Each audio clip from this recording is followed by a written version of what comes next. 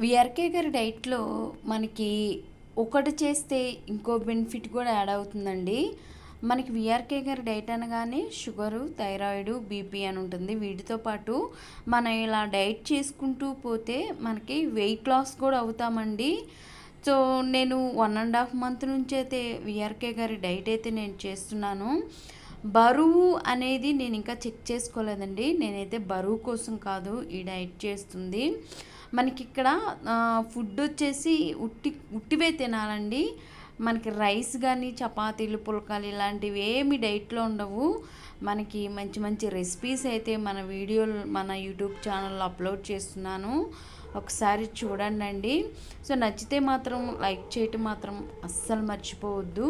ఉట్టివే తినాలన్నమాట, వేరే ఏది కలుపుకోకూడదు. So veg, non veg recipes అసలు మనం ఎంతెంత తినాలి లేడీస్, జెంట్స్ అనేది కూడా నేను వీడియోలో చెప్తూ అయితే